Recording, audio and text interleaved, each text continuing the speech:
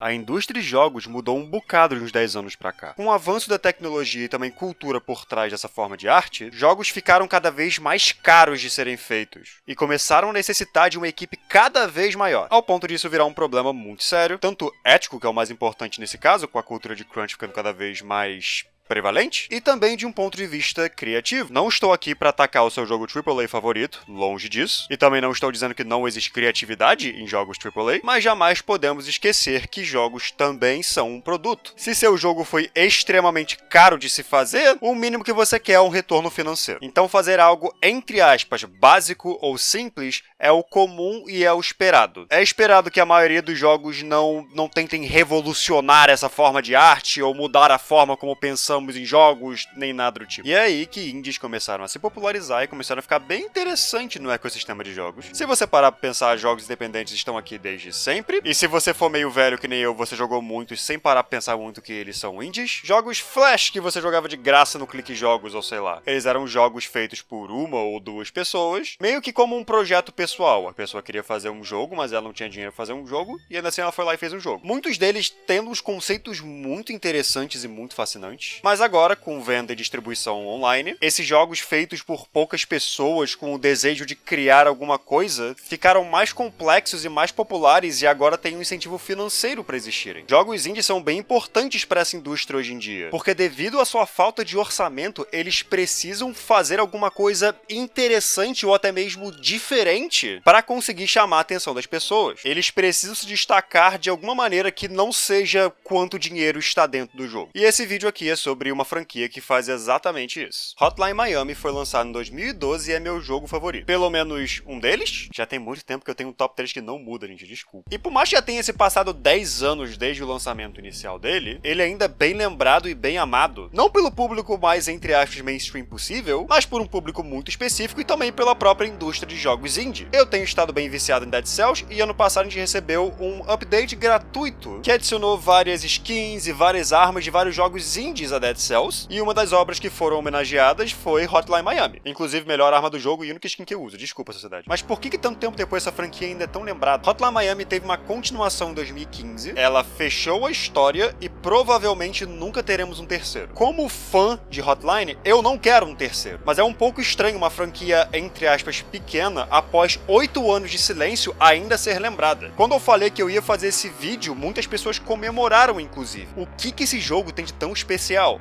Vamos descobrir. Obviamente, spoilers de Hotline Miami 1 e alguns detalhezinhos do 2. Nesse vídeo vou tentar explicar a história do primeiro jogo e adicionar algumas interpretações de minhas, mas junto disso esse vídeo pode conter alguns assuntos pesados também, então considere-se avisado. Hotline Miami foi criado pelo estúdio independente Dennaton Games, responsável por fazer no total 2 jogos, chutem quais foram. Informações sobre Dennaton Games é um pouquinho escassa na internet, então leve essa informação aqui como só um talvez, mas aparentemente haviam apenas 2 trabalhadores na Dennaton. Os seus 2 co-criadores, Jonathan Soderstrom e Dennis Wedin. Eu peço perdão por ter massacrado ambos os nomes, eles são suecos. O site da Dennaton parece shitpost. Com exceção desses 2 e das pessoas que fizeram a trilha sonora, vamos falar deles daqui a pouco, eu contei um total de 3 nomes nos créditos de Hotline Miami 1. Então esse foi um jogo feito por pouquíssimas pessoas. E sua fonte de inspiração foi no mínimo interessante, porque ele parece ter puxado um bocado de filmes, entre aspas, artísticos. Eu acho esse termo um pouquinho ruim para definir as coisas, mas é o que temos pra hoje. Existe esse diretor chamado Nicholas Winding Refn. Você já deve tê-lo visto se você tiver jogado Death Stranding, pois ele literalmente aparece no jogo porque o Kojima é fã dele. Ele fez 2 filmes bem importantes pra esse vídeo, um deles sendo Drive, lançado em 2011, e o outro sendo Apenas Deus Perdoa, lançado em 2013. O que é um pouco interessante é que o aspecto visual de ambos os filmes lembra bastante Hotline Miami. Isso é ainda mais engraçado, considerando que Apenas Deus Perdoa saiu depois de Hotline Miami. Mas visualmente eu acho ele ainda mais parecido que o próprio Drive, sendo que Drive foi citado pelos próprios desenvolvedores como a principal inspiração para o jogo. Na verdade, o seu protagonista foi diretamente inspirado no protagonista de Drive. Drive é um filme com um protagonista silencioso, violência quase que gratuita gratuita, uma história lenta, porém complexa, e uma estética bem forte de anos 80, em particular por sua trilha sonora, tendo bastante synthwave. Mas claro, Hotline pegou essas inspirações em Drive e deixou elas para um lado bem mais dark, por isso eu comparo um pouco mais com apenas Deus Perdoa, que consegue ser tão vago e complicado de entender quanto Hotline, e tão violento e perturbador quanto aquele jogo. Agora vamos finalmente entrar em Hotline Miami 1. A estética do jogo é bem importante, geralmente quando fazem algum tipo de análise assim, eles primeiro falam do aspecto atmosférico e visual e depois vão pra gameplay, mas eu acho que é um pouco mais fácil nós primeiro falarmos sobre a jogabilidade de Hotline Miami, porque ela é importante pra sua estética. Hotline Miami é um jogo top-down, ou seja, visto de cima, visualmente um bocado parecido com os GTAs antigos, mas a melhor comparação com esse gameplay seria um thumbstick shooter. Aqueles jogos geralmente de nave, onde você controla a sua nave com o analógico esquerdo e a direção onde a nave atira com o analógico direito. Admito que nunca joguei Hotline com controle, mas a ideia no mouse e teclado é basicamente isso. Controla com WASD e com o mouse você controla a direção que seu personagem está olhando. Seu objetivo em cada fase é bem simples. Mate todo mundo. Ponto final. O jogo não vai te permitir sair da fase até você matar todo mundo. E até de um ponto de vista de design isso é um pouquinho interessante, porque você não tá tentando passar pela fase lidando com os inimigos que estão no caminho. Não, você tá deliberadamente entrando lá dentro e matando todo mundo. Você sai pelo exato mesmo lugar que você entrou, o que é um pouquinho raro em jogos agora que eu penso sobre isso. Certo, é um estilo de jogo um pouco estabelecido. O que Hotline faz de diferente? Como ele separa de outros jogos de um ponto de vista do gameplay? Muito simples. Não existe barra de vida em Hotline. Praticamente tudo nesse jogo morre com um hit, incluindo você. Se você atingir alguém com bastão de beisebol, a pessoa está morta. Se a pessoa te atingir com bastão de beisebol, você está morto. Por isso é importante o jogo ser top-down, porque você consegue ver precisamente onde está todos os inimigos em todos os momentos. Pelo menos até onde a tela permite. E mesmo assim, você pode segurar Shift e ver um pouquinho além da tela. Espalhado por todas as fases tem diversas armas, e você geralmente começa a fase sem arma alguma. Você precisa pegar alguma coisa no chão e usá-la a seu favor. Nem todas são particularmente diferentes, por exemplo, um bastão de beisebol e um cano têm as mesmas propriedades, mas ainda assim muitas delas diferenciam bastante, em particular as armas de fogo, pois elas também estão nesse jogo. A diferença delas para as armas corpo a corpo é a pouca quantidade de balas, e também o som que elas produzem. Um tiro vai chamar a atenção das pessoas, e isso vai ser importante para daqui a pouquinho. O que Hotline Miami quer que você faça é planejar cada um de seus movimentos. Na verdade, planejar seus próximos 5 ou 6 movimentos. Não há punição nenhuma por morrer nesse jogo. Quando você morre, você só volta pro início da fase e todo mundo voltou à vida. Só que é extremamente rápido e você não perde nada. O próprio jogo fala que morrer não é ruim, morrer é apenas uma forma de aprendizado. Porque já que você morre com uma porrada também, você precisa terminar a fase sem levar dano algum. E isso não é algo que dá pra fazer direito se você não tiver total conhecimento da fase. Portanto, jogue e morra até você decorar onde está todo mundo. Os inimigos são bem previsíveis. E a inteligência artificial deles não é boa, mas é quase que intencionalmente não boa. Eles não conseguem perceber cadáveres no chão, o que é muito engraçado, mas ainda assim. E até coisas que deveriam dificultar a sua vida, por exemplo, fazer som com tiro, você pode usar isso a seu favor porque você sabe exatamente como os inimigos vão correr atrás de você. Quando você decorar a fase, você sabe de que direção eles estão vindo, você sabe o que eles vão fazer, mas o que deixa isso um pouquinho mais interessante é que Hotline tem um sistema de ranking. E esse sistema de ranking te pune por jogar o jogo de uma maneira chata. Se você der um tiro pra chamar a atenção de todo mundo, ficar esperando num canto e deixar todo mundo passar e matar todo mundo, você pode zerar o jogo. Porém, você vai pegar um ranking muito baixo. E ao pegar um ranking muito baixo, você vai liberar menos coisas. A pontuação no fim de cada fase te ajuda a liberar armas novas. Mais armas igual mais diversão. Se você jogar o jogo de uma forma meio escrota, que o jogo ainda assim permite que você jogue, menos versão pra você. E em geral o jogo vai ficar cansativo muito rápido. Hotline é um jogo muito difícil quando você começa a jogar.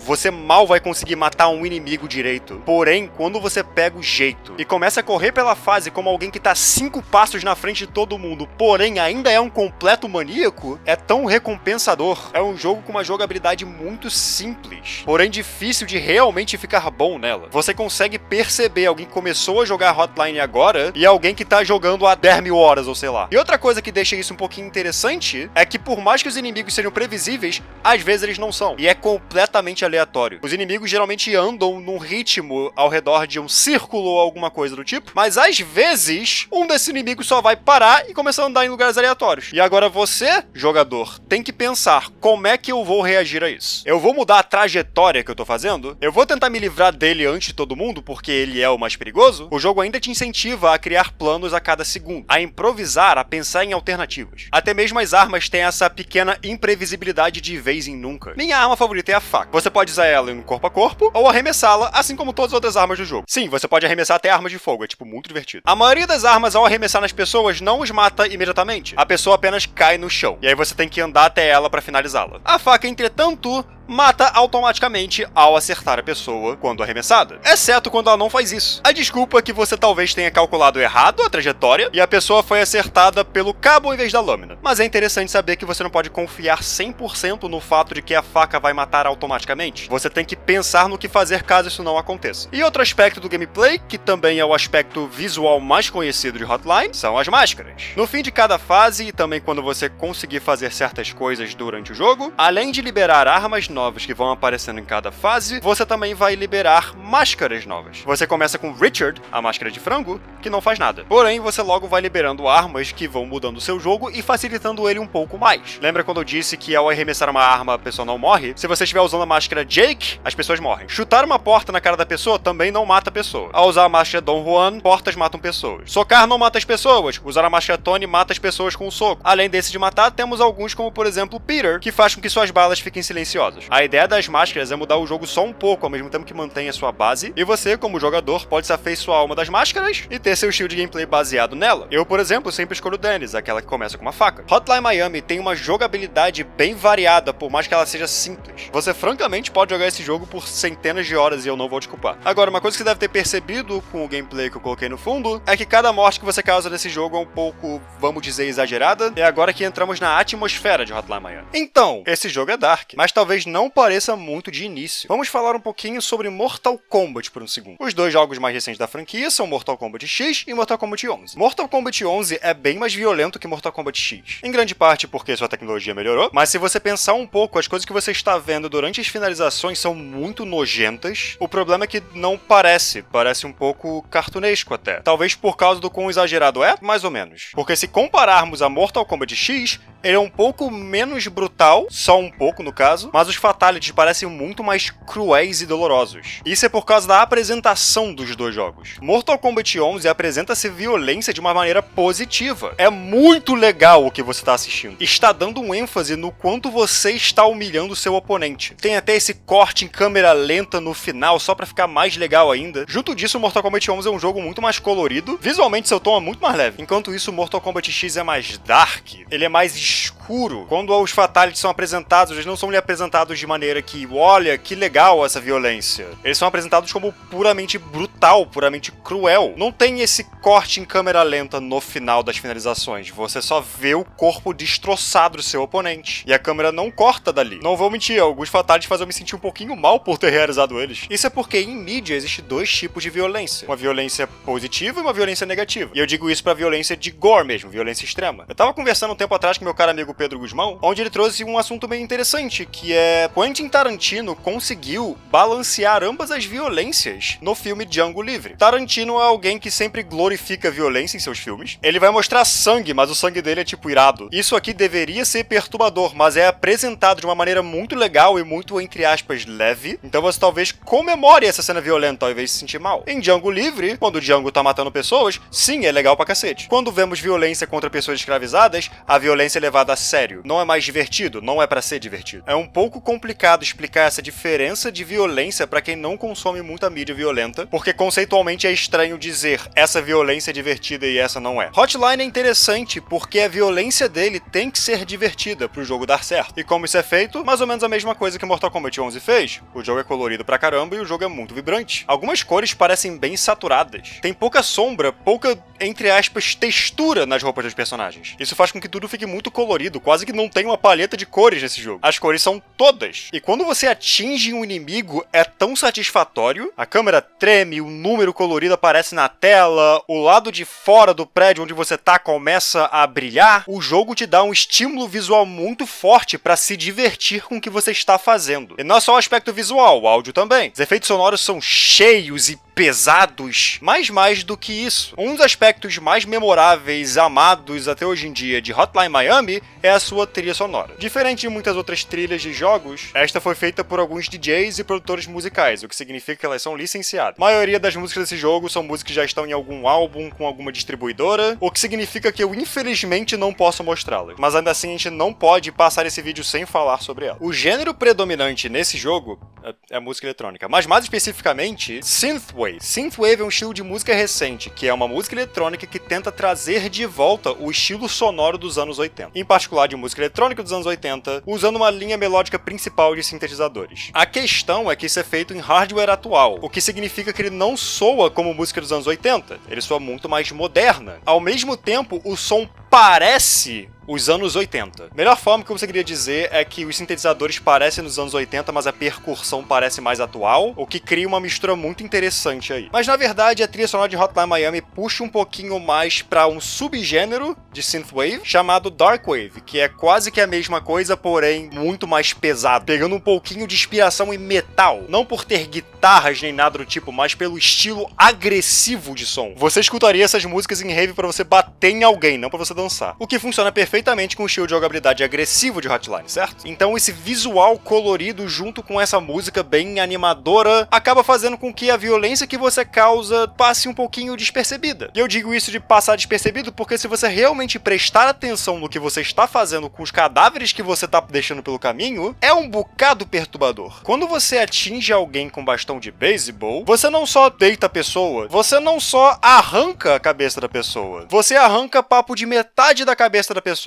Você pode perceber o cérebro ficando exposto e sangrando um pouquinho. A morte mais comum de se realizar nesse jogo é derrubar a pessoa e executá-la no chão. Mas a maneira de execução é se ajoelhar em cima da pessoa, pegar a cabeça dela e bater algumas vezes no chão. E com isso temos a pequena animação de parte da cabeça da pessoa estourando. Hotline Miami é extremamente violento de um ponto de vista conceitual. E essa estética inteira dele esconde isso, porém não por completo. Em primeiro lugar, é colorido demais. É colorido no nível de isso não parece real, que ajuda na história de Hotline, mas esse não é o ponto do momento. O ponto é outra coisa. A sensação que passa é que seu personagem não está sóbrio. A música alta e intensa e as cores e luzes são uma forma de amenizar essa violência e te passar uma sensação única, deixando a violência confortável, de uma maneira muito similar a drogas. Pode parecer que eu tô forçando muito, mas eu verdadeiramente acredito que o estilo de jogabilidade do jogo está tentando simular um pouquinho o uso recreativo de drogas. Quando a gente chega no final do 2, o que eu acabei de falar é quase confirmado, mas enfim. E assim como Tarantino, se você pensar um pouco a respeito, Hotline tenta entrar nessa ideia de apresentar uma violência divertida e uma violência dark. Pois no momento que você termina a fase, você não tem mais efeitos visuais cheios de luzes para chamar a sua atenção. Você não tem mais a música eletrônica energética tocando no fundo. Você tem um tom bem mais sóbrio e uma música que é apenas um sintetizador aumentando ou diminuindo o tom da nota. E mais nada, sem percussão, sem harmonia. E como eu falei na sessão de gameplay, você volta pelo lugar que você saiu. Então o jogo te força a andar pela violência que você causou. Todos os corpos que você deixou pelo caminho, você vai passar por eles. Só que agora sem nenhum efeito para amenizar o que você fez. É nessas horas que eu presto atenção no quão realmente violento esse jogo é. Porque é exatamente isso que o jogo quer que você faça. Preste atenção na bagunça que você fez e perguntar por que eu fiz isso. E é aí que entramos na história de Hotline. Essa vai ser a seção mais complicada desse vídeo inteiro. E vocês vão entender o porquê daqui a pouquinho. Mas vamos lá. Ok, nós vamos falar sobre a história de Hotline Miami do ponto de vista do lançamento do primeiro jogo. O que eu quero dizer com isso? A história dessa franquia é bem vaga, porém, o segundo jogo explica quase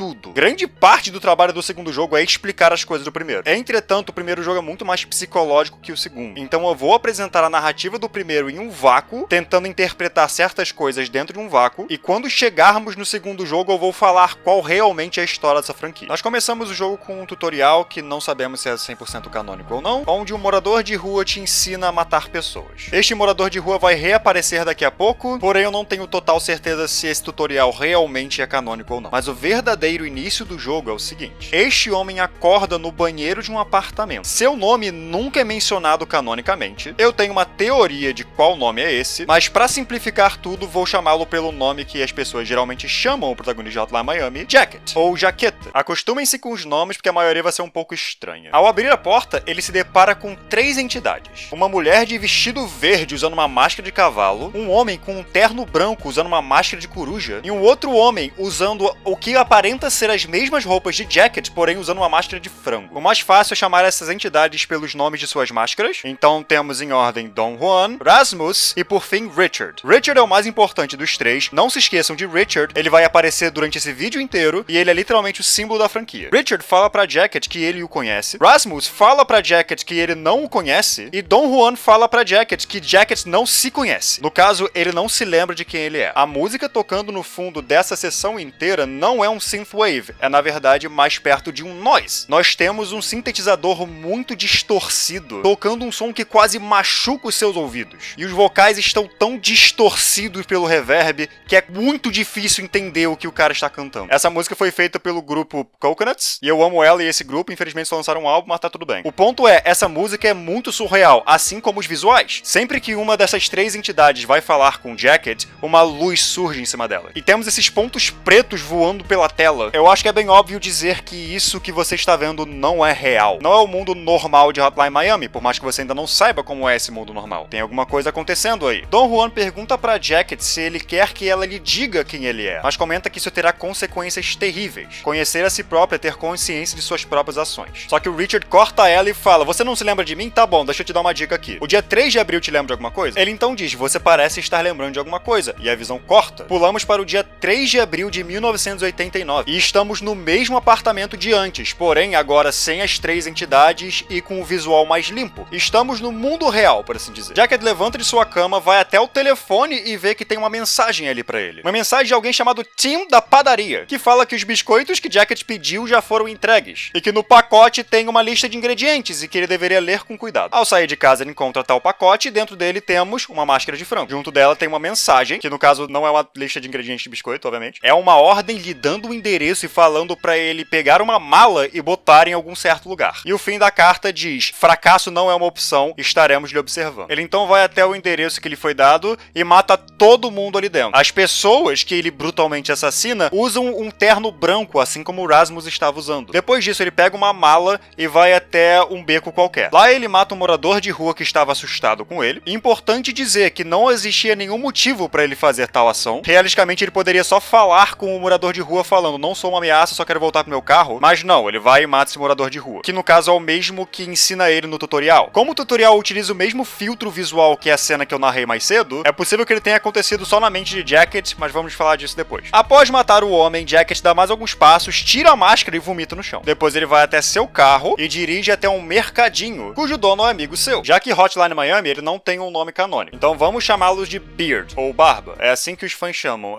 Enfim. Você pode perceber que ele tá na capa do 2, e no 2 ele meio que ganha um outro nome, mas eu vou continuar com Beard. Quando chegarmos lá eu vou falar qual é esse outro nome. Beard diz que tem muito tempo que ele não vê o Jacket, desde que Jacket perdeu sua namorada, na verdade. Beard deixa ele pegar qualquer coisa que ele quiser de graça e ele vai embora. E é isso, esse é o fim da primeira fase. Eu detalhei isso tudo porque isso se torna uma fórmula. Grande parte das fases de Hotline Miami seguem essa mesma ideia. Jacket acorda em sua cama alguns dias após a última fase, vai até seu telefone e alguém lhe deixou uma mensagem muito aleatória, pedindo pra ele entregar uma pizza, falando que o carro dele já saiu da oficina e ele tem que ir lá pegar, alguma coisa que não tem nada a ver com nada. Quando ele vai até o lugar mencionado, ele mata todo mundo lá dentro e todos usam esse terno branco que eu já mencionei. Quase todos, às vezes a gente tem inimigos um pouquinho diferentes. Depois ele tem que andar por todos os corpos que ele deixou no caminho, voltar até seu carro, ir até algum estabelecimento e encontrar Beard. A grande diferença aqui é que sempre que ele encontra Beard, Beard está um pouquinho diferente. Beard não está só no seu mercadinho, às vezes o Jacket vai pra uma boate ou pra um restaurante e Beard está lá. Fora isso, quando você você está dentro da casa de Jacket, você pode interagir com certas coisas em cada fase, em particular papéis em cima da mesa. Esses papéis dão dicas sobre a narrativa em geral, que vai ser explorada no segundo jogo, mas o que importa pra agora é que vemos que Jacket assinou um serviço de cartas de uma empresa chamada 50 Blessings. 50 Blessings tem um lema que pode ser traduzido mais ou menos pra América é uma canção, todos nós devemos cantá-la juntos, certo? No final da terceira fase, Jacket aparentemente salva uma garota que estava numa boate.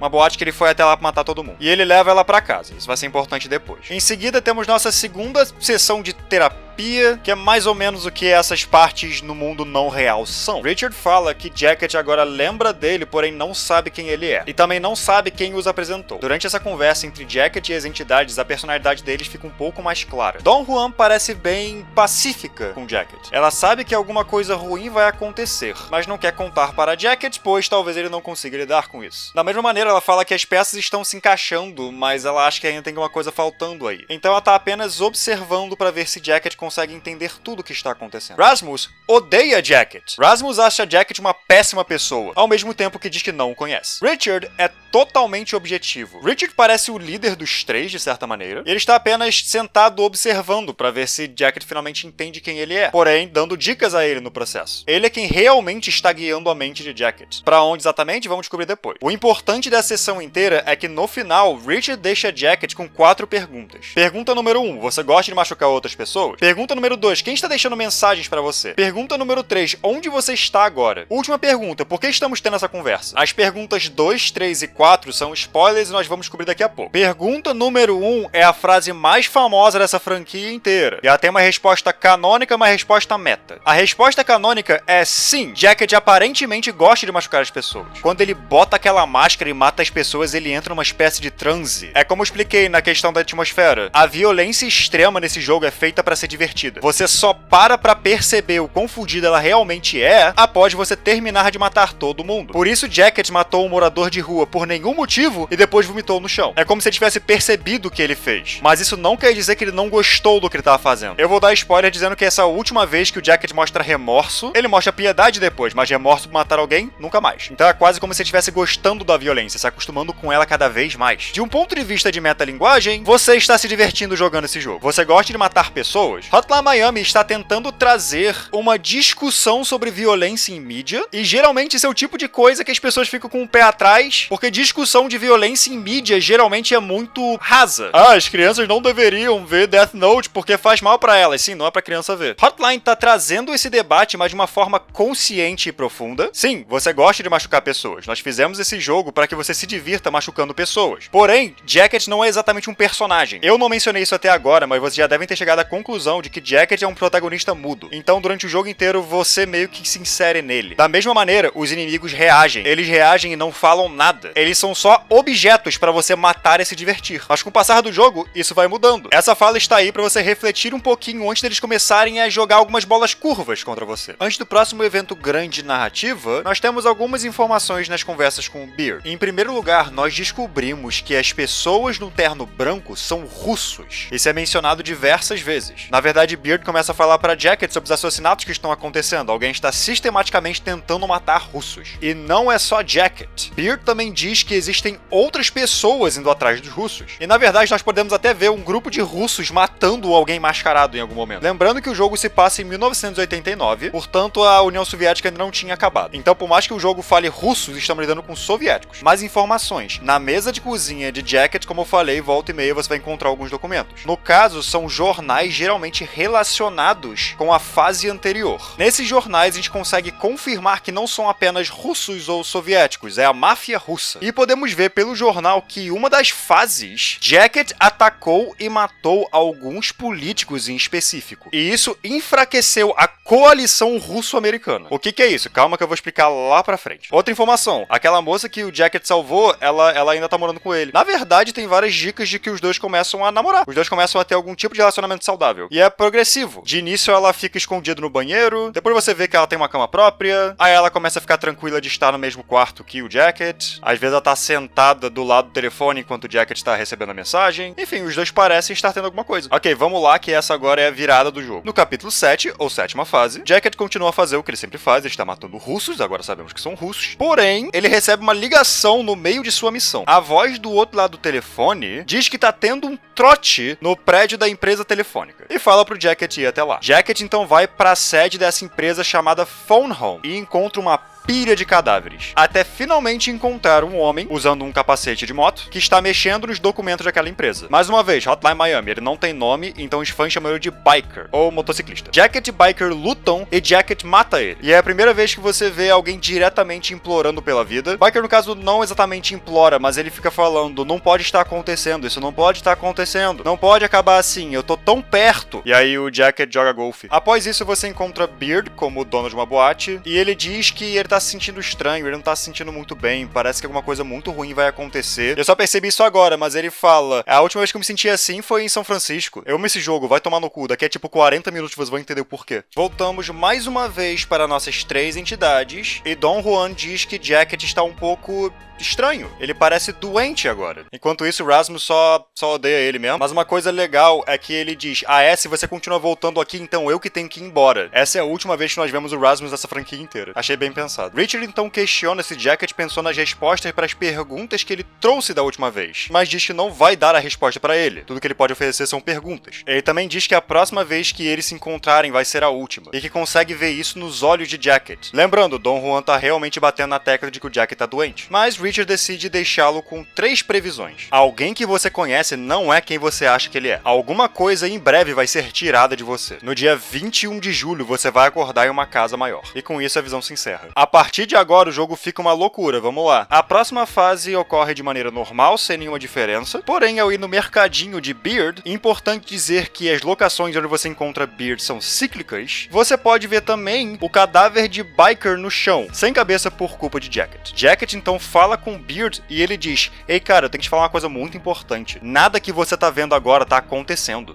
Você não parece acreditar em mim, deixa eu te mostrar. E a estática aparece na tela e Beard começa a te tratar de uma forma normal, como seu amigo, ele está feliz em te ver e tudo mais. E a estática continua interrompendo o diálogo. Junto disso, o cadáver de Biker desapareceu e agora tem um homem no banheiro. Também tem um símbolo estranho nesse banheiro. Esse símbolo já apareceu algumas outras vezes durante o jogo, só que achei bom chamar a atenção pra ele só agora, porque ele vai ficar cada vez mais prevalente. Na próxima fase, você está jogando ela normal, matando todos os inimigos, o de sempre, porém, perto do final dela, você começa a escutar o som de sirenes. E de repente, a polícia invade o local. De um ponto de vista de game design, isso é muito da hora, porque o jogo fez você se acostumar com uma fórmula durante umas 10 fases. E agora, essa fórmula começa a mudar. Você tá acostumado a voltar pro seu carro com segurança, você não tem mais isso. Agora a polícia veio te matar. Jacket consegue escapar e vai encontrar Beard, como ele faz em todas as fases, mas antes disso, ele encontra um membro da máfia russa, machucado, se não já morto, junto com seu cachorro. E dentro da pizzaria, ele também encontra Beard morto. Quem conversa com ele é o homem que estava no banheiro na fase anterior. Ele trata Jacket com algum tipo de hostilidade, mas é mais seco mesmo. Todos os Beards, mesmo os que não conhecem Jacket, sempre são amigáveis. Esse cara em particular só fala, pô, a gente tá fechando, vai embora. Na fase seguinte, é um pouco parecido. A fase em si não tem nada de importante por enquanto, vai ter no segundo, mas quando Jacket vai encontrar Beard, ele está morto e o mesmo homem está de pé do lado dele mais uma vez. Dessa vez ele fala pro Jacket, você é familiar, eu te conheço, não conheço? Importante dizer que você não encontra mais documentos no apartamento de Jacket, implicando que ele parou de pesquisar essas coisas. Eu teorizo que é por causa do relacionamento dele com aquela mulher. Os jornais sempre falavam da última missão que Jacket foi. Eram quase como uma espécie de troféu, se você pensar um pouco. Agora ele não faz isso. Na verdade é mostrado que a vida do Jacket deu uma mudada muito forte após começar esse relacionamento. E isso nos é mostrado especificamente por seu apartamento. Ele tá muito mais bem arrumado, não tem tanta porcaria no chão. Jacket não parece estar comendo tanta porcaria. Ele é uma pessoa mudada. Entretanto, assim como ele viu um mafioso morto na frente da loja de Beard, ele vê um cara também aparentemente morto conversando com ele em sua casa. O que ele diz não é importante, é só um o que você tá olhando ou alguma coisa do tipo, mas tem um simbolismo visual nisso. Essas